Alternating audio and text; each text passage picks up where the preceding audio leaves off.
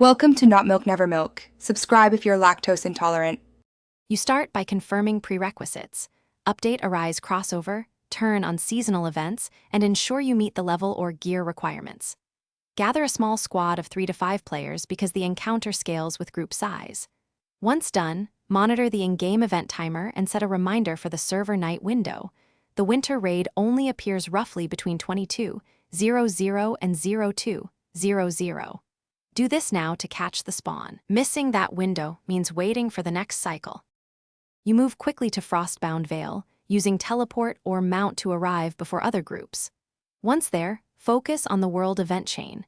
Clear the 3 ice shrines in the area within 10 minutes. Doing this triggers the central beacon to become active. During shrine clears, prioritize interrupting frostcasters and breaking ice barriers to save time. After all shrines are down, pick up the beacon activation item that drops. Then use it at the Vale Center to summon the Winter Raid boss. Timing is critical to prevent other teams from taking it. You execute the final fight by handling adds immediately.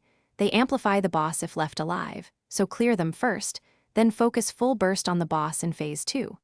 Make sure your team brings fire DPS and at least 1 cleanser to remove stacking frost debuffs while using mobility to dodge incoming ice storm telegraphs. If the raid fails, don't panic. Verify the spawn timer, reset the shrine chain, relog or reboot the client if stuck, and reform the party. This usually clears sync issues and lets you try again quickly. Thanks for watching. If this was helpful, leave a like and consider subscribing. See you next time.